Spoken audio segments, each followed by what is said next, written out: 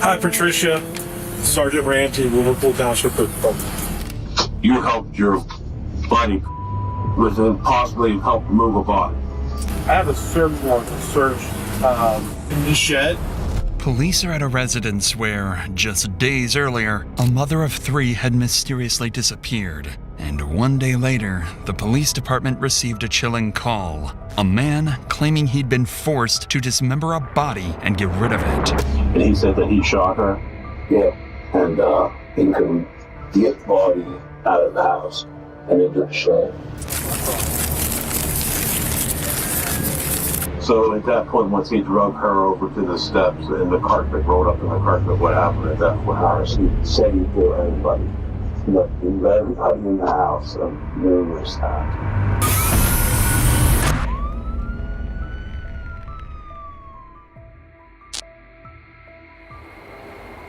It's December 17th around 6 p.m. Tiffany Morrison, a 34-year-old mother, is arriving at her mother-in-law's home where she, her husband, and their 3 children have been living. Before going inside, Tiffany records a short video saying goodbye to a man she's been having an affair with. She doesn't know it yet, but this will be the last recording of her alive. I'm done.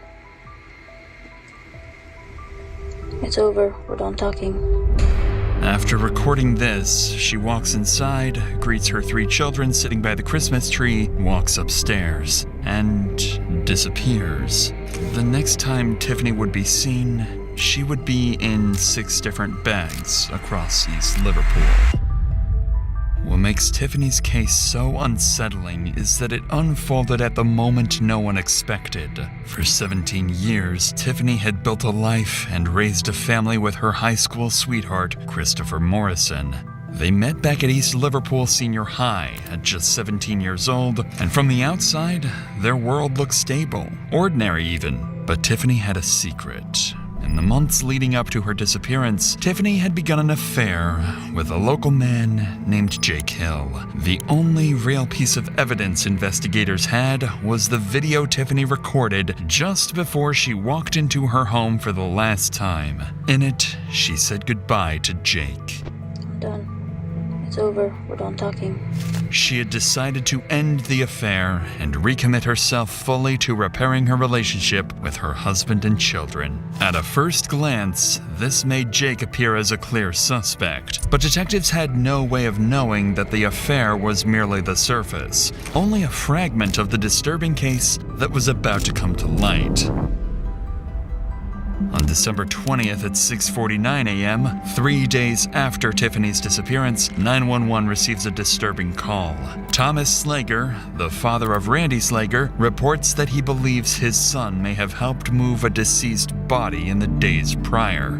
Both Thomas and his son are asked to come to the station to discuss the matter further. They have no idea yet, but this suspicion will unravel into something far darker than they could have imagined. A dismembered body with a violent killer still out in the public, pushing investigators towards a single, risky move. They'll have to stage one perfect moment to take him down. But at this point, police have made no connection to Tiffany's disappearance whatsoever. But this is about to change. Talk Christmas seems bro. So let's start with how you were contacted, when you were contacted. But in 2 days, so I don't really remember times great. But Roughly, ballpark. I called and he said he needed me. When did you get called, Rand? That night, so it was Sunday night. He called you Sunday night itself, right? 7. Randy says the call came in around 7 p.m. that Sunday evening. A friend needed a favor. He said he needed someone to drive his car. It was the same night Tiffany recorded that video. The one where she said goodbye to her lover, Jake Hill, and committed to staying with her husband, Christopher. Naturally, detectives saw Jake Hill as the obvious suspect, but the man asking Randy for help that night wasn't Jake Hill, as investigators had expected. Instead, Randy would reveal it was someone even closer to Tiffany. It was Christopher Morrison, Tiffany's husband. At this point, officers knew 3 things. First, Tiffany had made the decision to leave Jake behind and return to Christopher. Second, she had vanished without a trace. And third, on that very same night, Christopher had reached out to Randy asking for help to move something. None of it made sense. If Tiffany had finally decided to come back to Christopher, why would that be the night he killed her? Why not one of the countless other nights when she had actually been unfaithful? Investigators realized there had to be a missing piece, something they weren't seeing. And that's when Randy revealed something even darker. Okay, what did he discuss with you at 7 He o'clock? asked me if I could do him a favor, a ride, or not give them a ride, drive a different car while he dribbles other car to his lights. What kind of house? Jimmy Bill, I guess. Okay, then where's Jake Hill? I don't know. I've never met the guy. Couldn't see him. For the first time, Jake Hill is officially mentioned. Christopher had apparently gone even further with his plan. According to Randy, Chris asked him to help hide a body, while Chris would be, quote, dropping off his girlfriend at her new boyfriend's house. If Randy's story was true, it pointed to one chilling possibility. Chris was trying to frame Jake Hill for the murder. While all of this was already more than enough to alarm investigators, Randy revealed that he knew even more about what had happened. He told officers that he had actually gone to Chris's house that night and that he could describe the disturbing things he found inside. Oh, once you got to Shady Side, what happened? We walked in the house and all the kids were there and mom were sitting there and we talked just randomly about stuff there. And Chris said, when you walk down the basement, he was just wanting to get back. They were Tiffany wanting to leave him. Okay, Tiffany wanted to leave him? I didn't see her. She left me and then somehow I don't know. As I wasn't there for none of this stuff. Somehow she was back at the house. And she was there at the house at some point. That's where he put that bullhole in. Shower curtain, where we shower. I shouldn't have been hole. Randy explained that, quote, Tiffany was somehow back at the house. We, of course, now know the reason why. She had finally decided to move back in with Chris, and that one detail makes everything that followed even more tragic. Randy said he tried to calm Chris down, urging him to go to the police. But instead of listening, Chris escalated the situation and began showing Randy photos of Tiffany's dead body. When I got downstairs, he looked at me and he started crying. He started telling me that Tiffany and we're fighting. She was leaving for some dude that sent him some damn pics or something. And that he shot her. I couldn't believe that. And he whipped his gun out, slashed the thumb out, and I took it away. He couldn't get the body out of the house and into the shed. And I tried to talk him out of it, telling him I was stupid. I thought he was an idiot. He should probably turn himself in, all that, but none of it, nothing. I mean, I couldn't convince him to do anything besides he wanted to. He asked me to help with roll her up into the carpet. I didn't know to that. Well, all of this was gruesome, and more than enough to justify bringing in Chris for questioning. One detail stood out to detectives: the messages between Chris and Jake. If they could get access to those conversations, it might help them establish a clearer motive for Chris. So over the next few days, investigators began digging deeper into his life, and what they uncovered only further darkened an already disturbing case. By tracking Chris's license plate in the days leading up to Tiffany's disappearance, detectives traced him to one particular store. On December 15th, just 2 days before Tiffany's disappearance, Chris is caught on surveillance at the Harbor Freight on 4130 Mall Drive in Steubenville. There, he purchased 2 things: a Hercules reciprocating saw and 12 brand new blades. At the time, this wasn't enough to prove anything on its own, but this simple receipt would later become crucial to the investigation.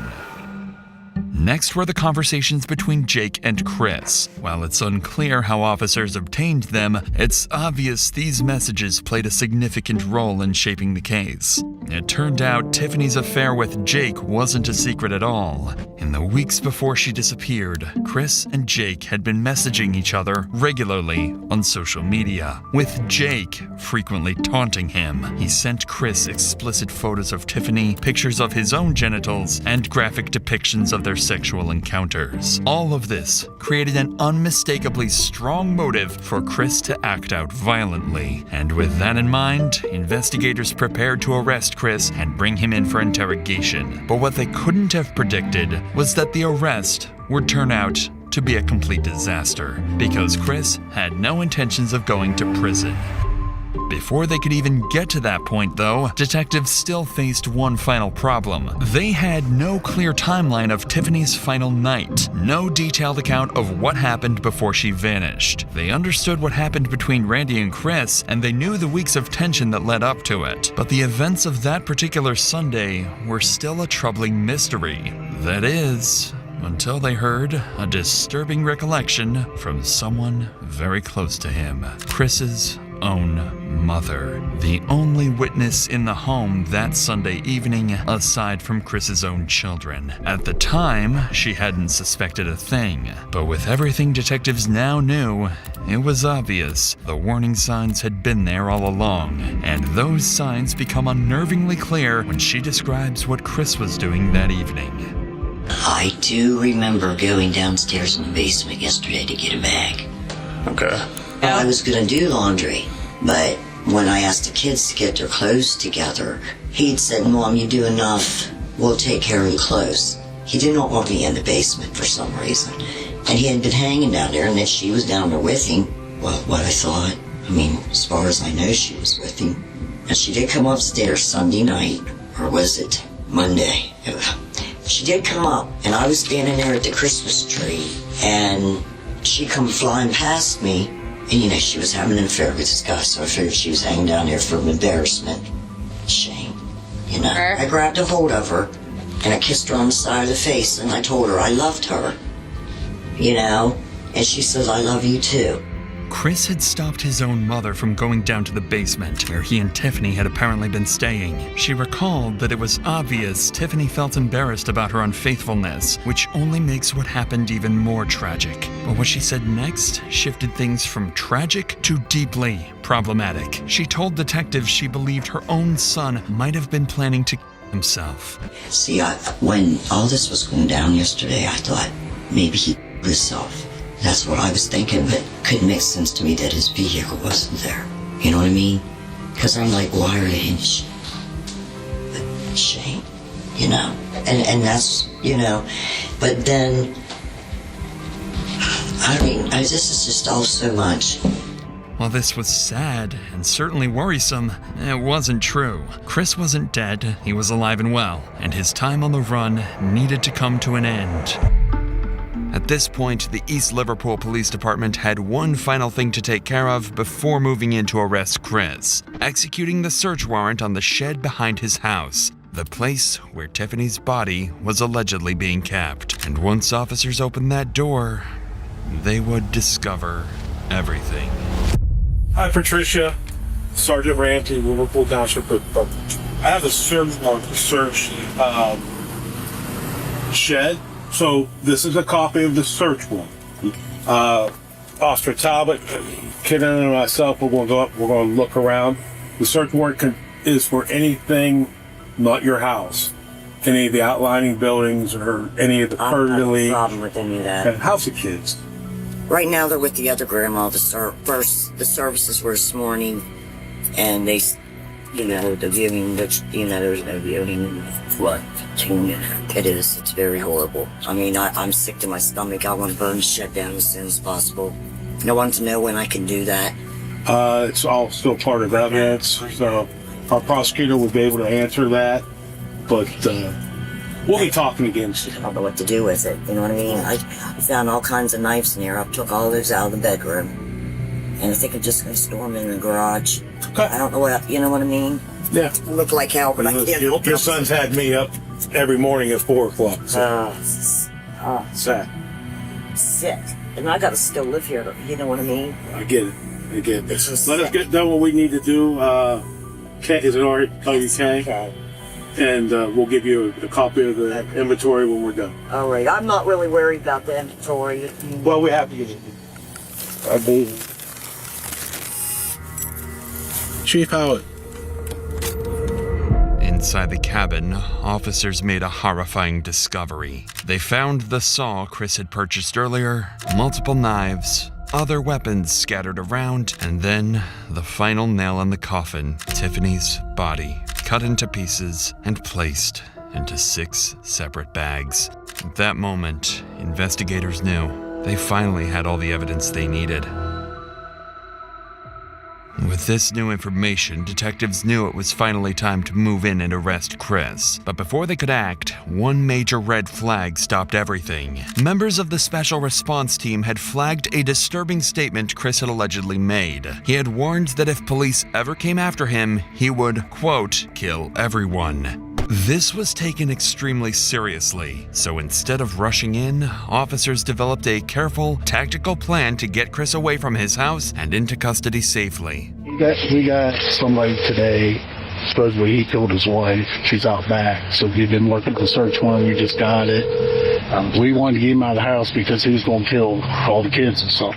The plan was straightforward. Investigators would use Randy, the man who had originally helped Chris dispose of the body, to lure Chris to a specific address under the pretense of picking Randy up. Uniformed units would be staged nearby. Because Chris was armed and had a history of violent threats, officers settled on a tactical ruse, a routine traffic stop.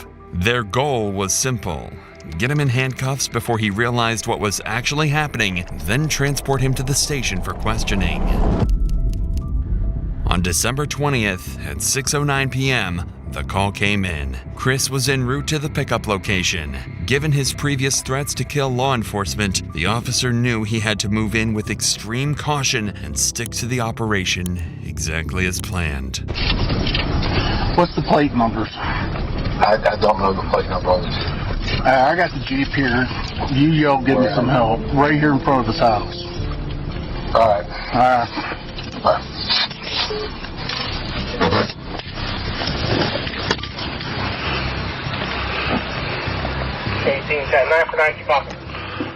How you doing, sir? Good, how are you doing? Do you have your license, registration, proof of insurance with you? I'm in county. What do you do there? Oh, that's your handgun thing. I'm trying to see which one of these is good. Oh, gosh. Can I open that door and get to it? You got your firearm on you? Yes, sir. Where's it at? It's on my belt line. It's on your belt line? Yeah. Hey, do me a favor so we're all safe. Just step out for a second. Sure. Keep your hands on your head because I don't want shot or anything. You know what I mean? Good. Go and turn around here. Just hold tight. I'm just going to place you in cuffs just until I grab your gun, okay? What's going on? What? We got a call complaint down here. I'm just following up on it. City asked me to come down, help out. I just pulled up to my buddies. I was supposed to pick him up. You supposed to pick up your buddy? Yeah. Who you picking up? Randy Swagger? I don't know who that is. Huh.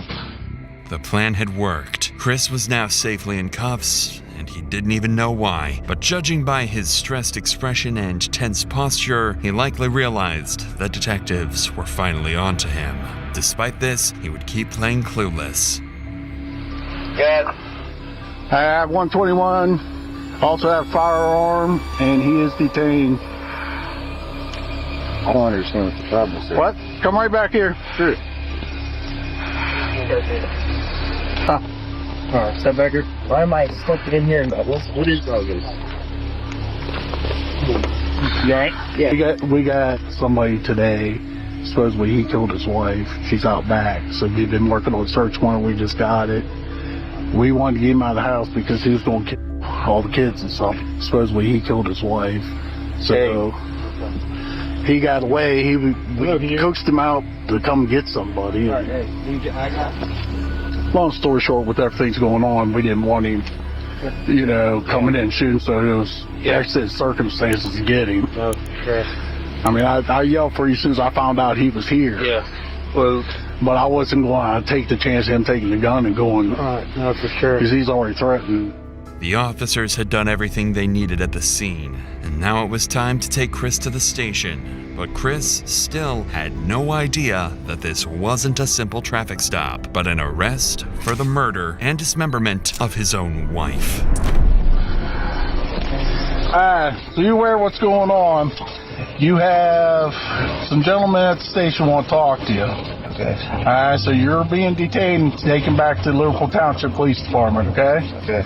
At that point, they'll talk to you and let you know what's going on. Can you guys roll my windows up for me? Your car is getting towed to our station where you're going, and it's going to be put in the Sally port where it's heated or whatever until they're done talking to you, okay? Okay. First, you don't mind, I don't know what I'm doing. They'll explain all of that when you get there, okay? Okay. Chris is now on his way to the station, and he still hasn't been told that this is about his wife. In his mind, detectives might have brought him in for nothing more than a traffic issue, something he can still talk his way out of. But then, almost as if the guilt is pressing down on him, or as if he's trying to misdirect detectives, Chris suddenly, and without being prompted, starts talking about his wife. Hey, I'm Chief Kinnaman for Liverpool Township Police Department. I got to ask you before we go, you willing to talk to us? I guess it depends on what it's about. All right, well, you can stop at any time if you decide you want to talk to the attorney. A Jeep's in my name, right? What's that? Jeep's in mine. It's a dual ownership, right? Yeah, I didn't run the Jeep yet. I don't know what's going on. Why do you say that? Who might it belong to? Because I'm thinking, did my wife say that my Jeep was stolen? This moment is critical. This detective has been on the case since Tiffany disappeared, and he knows exactly who Chris's wife is. But if he acts like he recognizes her name, their entire cover story, the traffic violation, collapses. And the moment Chris realizes what's really going on, he might stop talking altogether. Fortunately, the detective handles it perfectly. Who's your wife? Tiffany Morrison. Tiffany Morrison. What, you guys going through a separation, or? I guess. You guess? I guess. What do you mean you guess? You guys haven't talked in a while, or? We haven't talked in a couple of days. About a week ago, she took off on me. She was gone for 2 days. She didn't talk to me. She barely talked to me. She wouldn't text me back. We had to work together, so we went to work together. And then I talked to her there. I talked her into coming back home. Came back home. We were trying to work things out, or so I thought. Turns out she changed her mind again, and she took off again. Here, the detective sees an opportunity. The goal is to slowly shift the conversation to Tiffany and gather any details that might further incriminate Chris. So the detective decides to apply a bit of pressure, and it works. Chris is starting to look genuinely worried. So when's the last time you saw her? How many of you guys are? Would have been last night. Last night? Last night we argued, and she said she was going back up to see her boyfriend, and I said, okay. I said, but you're not taking my vehicles. I said, so if you're leaving, then let him, the guy who has no car, come down an hour away from where he lives and pick you up. She's like, no, I'm taking my keys and I'm leaving. I said, no, listen. I said, okay, I'll tell you what, I'll take you there. Pick a spot, I'll drop you off close, you can figure it out from there. And she says, okay.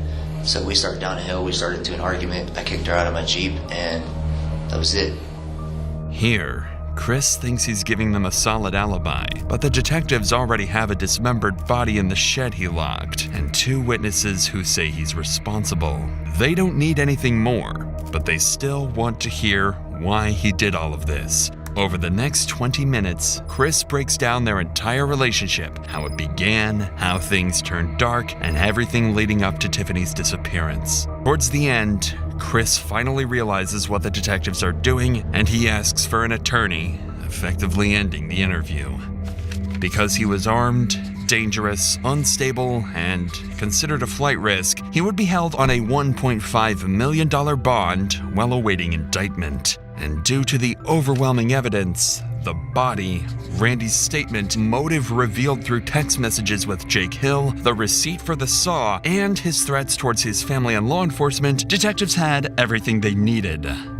Chris is ultimately charged with aggravated murder, murder, tampering with evidence, gross abuse of a corpse, possession of criminal tools, and firearm specifications. He is sentenced to life in prison with the possibility of parole after 25 years.